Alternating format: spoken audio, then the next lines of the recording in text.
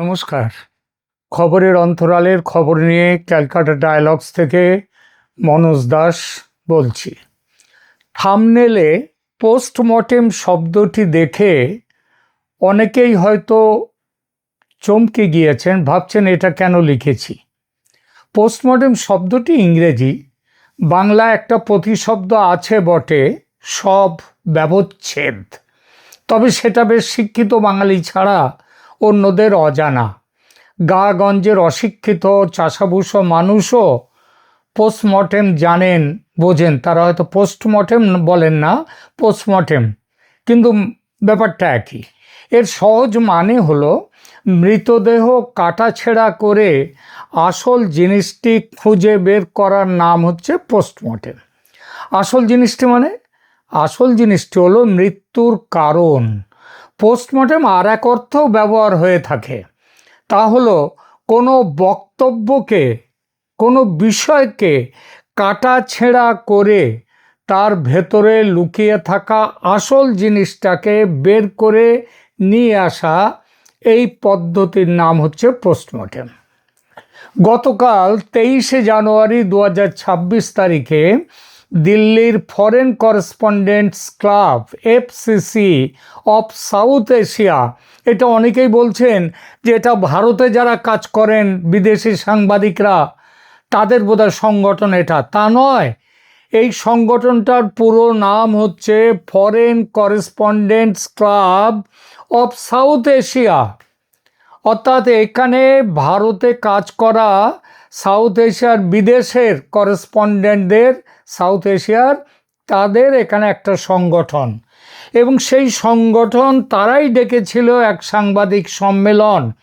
তারাই সম্মেলনের যে কার্ড দিয়েছিল, নিমন্ত্রণপত্র, আমন্ত্রণপত্র, সেখানটায় লিখেছিল এখানে একটি রেকর্ডেড অডিও ভার্সানে বক্তব্য রাখবেন প্রাক্তন প্রধানমন্ত্রী। কথাটা বলা হয়নি, বলা হয়েছিল প্রধানমন্ত্রী শেখ হাসিনা।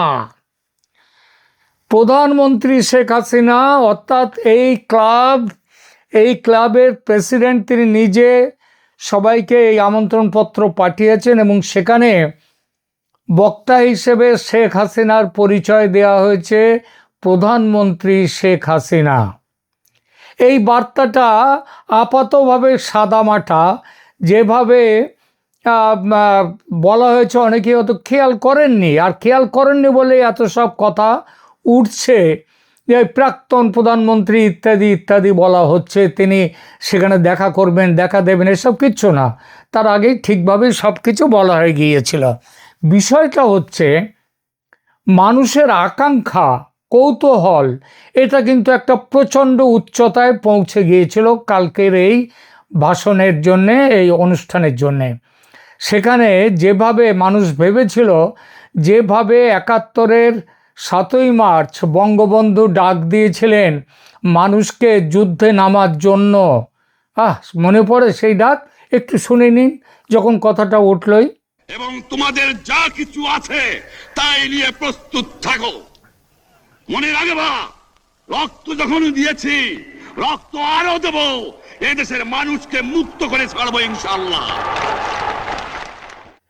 তার সঙ্গে ভেবেছিল, মানুষের ভাবনা ছিল, তার সঙ্গে শেখ হাসিনার গতকালকের ভাষণের একটা যেন তুলনা মানুষের মনের মধ্যে স্বাভাবিকভাবেই এসে গিয়েছিল, যে শেখ হাসিনাও হয়তো কালকে এরকম উদ্দীপ্ত কোনো ভাষণ দেবেন। কিন্তু তিনি খুব থেমে থেমে শান্তভাবে তার যা বলার সেই কথাগুলো বলেছেন। ইউটিউবের বহু চ্যানেল শেখ হাসিনার ভাষণ টেলিকাস্ট করেছে গতকাল। বাংলাদেশের বিরাট সংখ্যক মানুষ দেখেছেন ও শুনেছেন সে ভাষণ, কিন্তু তাদের প্রতিক্রিয়া যেন কি যেন পেলাম না ঠিক মতো, কেমন যেন নরম। গত কয়েক মাসে জননেত্রী শেখ হাসিনা বেশ কিছু অডিও ভাষণ দিয়েছেন দলের নেতাকর্মীদের উদ্দেশ্যে। বিভিন্ন দেশি বিদেশি সংবাদ মাধ্যমে ইমেল মারফত ইন্টারভিউ দিয়েছেন, কিন্তু পাবলিক মঞ্চে এই প্রথম তার ভাষণ। যদিও রেকর্ড করা অডিও ভাষণ তবুও বাংলাদেশের মানুষের তীব্র কৌতূহল ছিল তিনি কি বলেন সেটা জানার জন্য। আমার চ্যানেলের এমন কিছু নিয়মিত দর্শক আছেন যারা ফোনে নিয়মিত যোগাযোগ রাখেন আমার সঙ্গে। 2-5 জন ছাড়া এদের সবাই আওয়ামী লীগের সমর্থক। 2-3 জন বিএনপি আছেন এবং একজন অতি শিক্ষিত দাড়ি গোঁফ কামানো একজন অধ্যাপক, তিনি জামাত সমর্থক। এদের প্রায় সবাই কাল সন্ধে আর আজ সকাল থেকে ফোন করছেন আমাকে। সবার একটাই বক্তব্য, দাদা নেত্রী কি বললেন বলুন তো। যারা আওয়ামী লীগ সমর্থক তাদের কথা শুনে মনে হলো তাদের মন ভরেনি, তারা আরও কিছু চেয়েছিলেন। জ্বালাময়ী কোনো ভাষণ, রাস্তায় নেমে এসে ঝাঁপিয়ে পড়ার ডাক।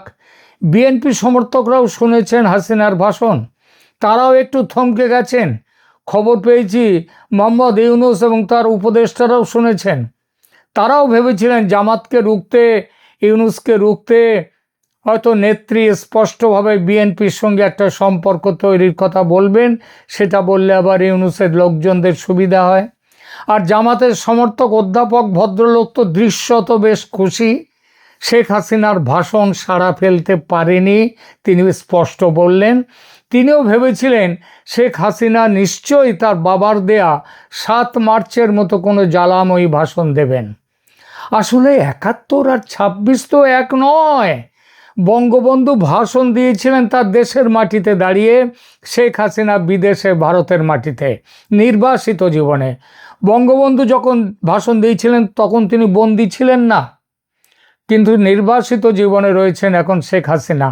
বঙ্গবন্ধুর শ্রোতা ছিল দেশের আপামর মানুষ। শেখ হাসিনার কালকের ভাষণ ছিল বিদেশি সাংবাদিকদের আয়োজিত সভায়। 71-এর লড়াই ছিল বিদেশি 71-এর লড়াই ছিল পাকিস্তানি হানাদারদের বিরুদ্ধে, আর 26-এর লড়াই বিপথগামী ঘরের মানুষের বিরুদ্ধে। তাছাড়া গত 55 বছরে গঙ্গা, মেঘনা, পদ্মা, যমুনা দিয়ে অনেক জল গড়িয়ে গেছে। সুতরাং লড়াই বাঁচার লড়াই হলেও সে লড়াইতে অনেক ফারাক। তবু ভাব, ভাষা ও ভঙ্গির বড় সড়ো ফারাক থাকলেও যেটা বলার সেটা কিন্তু ঠিক বলেছেন শেখ হাসিনা। একটু খুঁটিয়ে দেখলে বোঝা যায় সেটা, আর সেটা দেখার জন্যেই এই পোস্টমর্টেম। নেত্রী ইংরেজিতে ভাষণ দিয়েছেন, তার মূল অংশটির সংক্ষিপ্ত বাংলা অনুবাদ করলে এরকম দাঁড়ায়: বাংলাদেশ আজ এক অতল গহ্বরের কিনারে দাঁড়িয়ে আছে। একটি বিধ্বস্ত রক্তাক্ত জাতি তার ইতিহাসের অন্যতম বিপজ্জনক অধ্যায় পার করছে। পুরো দেশ আজ এক বিশাল কারাগার, এক ফাঁসির মঞ্চ, এক মৃত্যু উপত্যকায় পরিণত হয়েছে। কি চমৎকার বাক্যচয়ন! খুনি ফ্যাসিস্ট ইউনূস একজন সুদখোর, অর্থ পাচারকারী, লুটেরা এবং দুর্নীতিবাজ, ক্ষমতালোভী, বিশ্বাসঘাতক। তার সর্বগ্রাসী কর্মকাণ্ডের মাধ্যমে আমাদের জাতিকে আজ রক্তশূন্য করে ফেলেছে এবং আমাদের মাতৃভূমির আত্মাকে কলঙ্কিত করেছে। এই চরম সংকটে পুরো জাতিকে আমাদের মহান মুক্তিযুদ্ধের চেতনায় ঐক্যবদ্ধ হতে হবে। যে কোনো মূল্যে এই জাতীয় শত্রুর বিদেশি সেবাদাস পুতুল সরকারকে উৎখাত করতে বাংলাদেশের সাহসী সন্তান ও কন্যাদের এগিয়ে আসতে হবে। শহীদের রক্তে লেখা সংবিধান রক্ষা ও পুনরুদ্ধার করতে হবে। আমাদের স্বাধীনতা পুনরুদ্ধার করতে হবে, সার্বভৌমত্ব রক্ষা করতে হবে এবং আমাদের গণতন্ত্রকে পুনরুজ্জীবিত করতে হবে। শেখ হাসিনার এই অডিও বার্তার যদি একটি রাজনৈতিক পোস্টমর্টেম বা ব্যবচ্ছেদ করা হয়, তবে এর শব্দচয়ন, সুর এবং লক্ষ্যবস্তুর গভীরে বেশ কিছু গুরুত্বপূর্ণ ক্লিনিক্যাল বা একদম সেই ডাক্তারির দিক উন্মোচিত হয়। চিকিৎসা বিজ্ঞানের ভাষায় বলতে গেলে এই ভাষণটি ছিল একটি অ্যাগ্রেসিভ রেসাসিটেশন।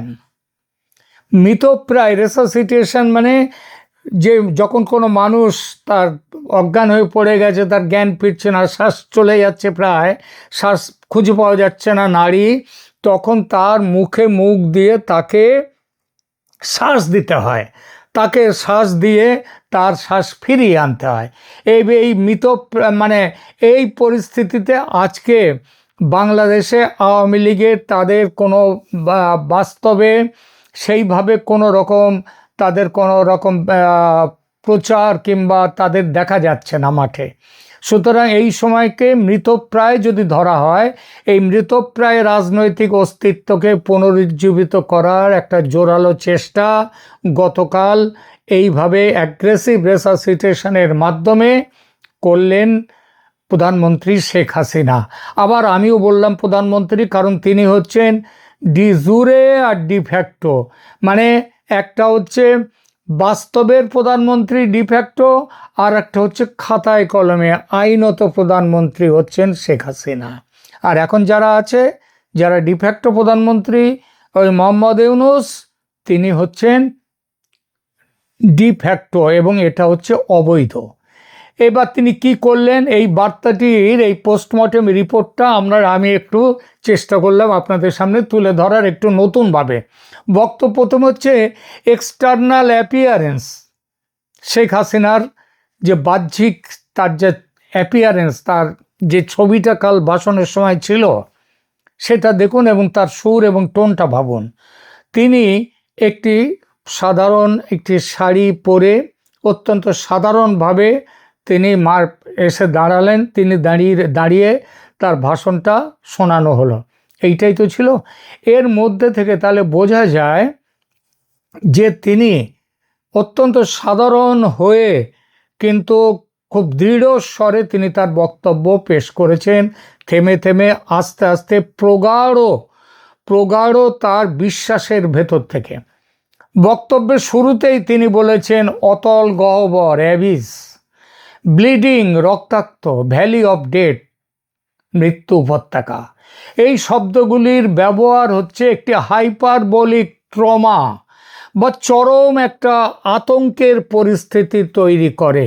এটা শ্রোতার মনে ভয় এবং অস্থিরতা তৈরি করে।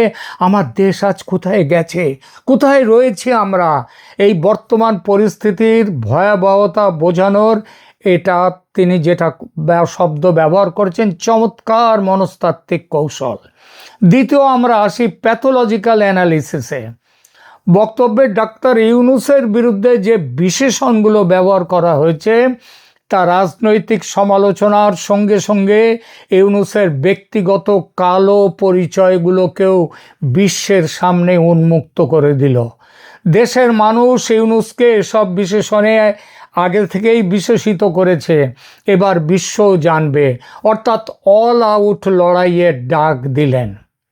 আক্রমণের ধরনটা দেখুন, তিনি ইউনূসকে বলছেন সুদখোর, অর্থ পাচারকারী, বিশ্বাসঘাতক, এবং তার জন্য কি ডায়াগনোসিস করলেন রোগের, তিনি প্রতিপক্ষকে নৈতিকভাবে দেউলিয়া প্রমাণ করার মাধ্যমে নেত্রী তার নিজের সরকারের ওপরে যে অভিযোগ করা হয় 15 বছরের ফ্যাসিস্ট শাসন, সেই শাসনকে যে বৈধ ছিল আজকের বাংলাদেশের সাথে তার সময়ের বাংলাদেশের একটা তুলনা করে এবং ইউনূসের চরিত্রগত পার্থক্যতা দেখিয়ে দিয়ে তিনি বলে দিলেন তার শাসনের বৈধতা।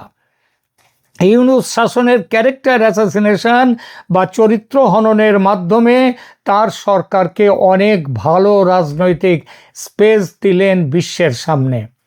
এরপরে আসুন কার্ডিওভাস্কুলার সিস্টেম, আবেগ ও জাতীয়তাবাদকে তিনি কিভাবে ব্যবহার করেছেন, তিনি কি বলেছেন। তিনি বারবার স্পিরিট অফ লিবারেশন ওয়ার, বাংলাদেশের জন্মই তো হচ্ছে এই লিবারেশন ওয়ার, মুক্তিযুদ্ধের চেতনায়, বাঙালি জাতীয়তাবাদের চেতনা এবং সংবিধানের কথা তিনি উল্লেখ করেছেন বারবার। এর কার্যকারিতাটা কি, তার দলীয় কর্মীদের শুধু নয়, দলের বাইরে যারা আছেন তাদের সঙ্গে একটা ইমোশনাল কানেক্ট বা আবেগীয় সংযোগের তিনি চেষ্টা করলেন এবং সেটা করতে সমর্থ হলেন। এটি এই বাঙালি জাতীয়তাবাদ, মুক্তিযুদ্ধের চেতনা, সংবিধান, এগুলো হচ্ছে বাংলাদেশের শরীরের মূল ধমনী। এই ধমনী কেটে রক্তপাত করা হচ্ছে, এখন মেরে ফেলার চেষ্টা হচ্ছে এই বাংলাদেশকে। এই কথা তিনি বুঝিয়ে দিলেন, যা শুনে কর্মীদের রক্তে উদ্দীপনা যোগাবে।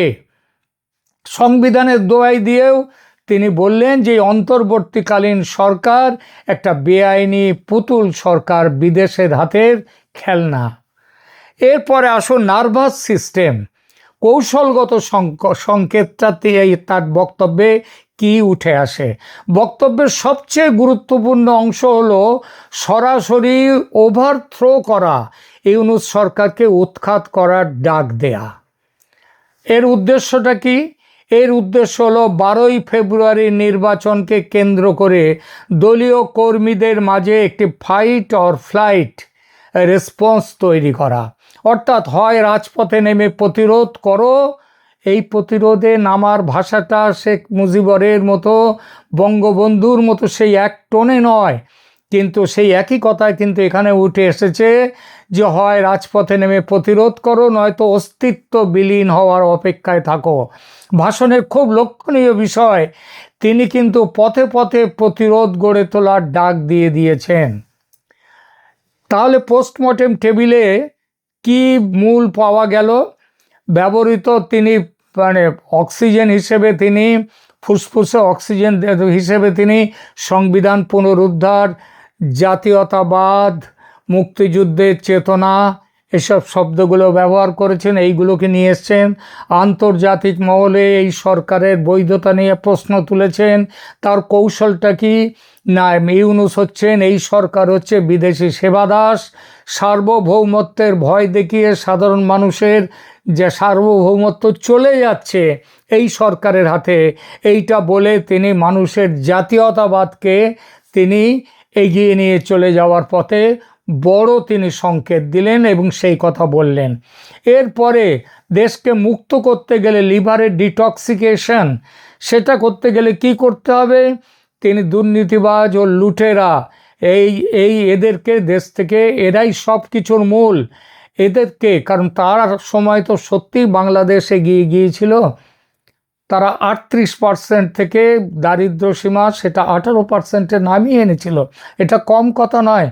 এবং তিনি এই সব কিছুর পেছনে তিনি কিসের ওপরে ভিত্তি করে তিনি এই তার যে লড়াইয়ের আগামী দিনের কাঠামোটা তৈরি করছেন, সেটা কিসের? মুক্তিযুদ্ধের চেতনার ওপরে ভিত্তি করে।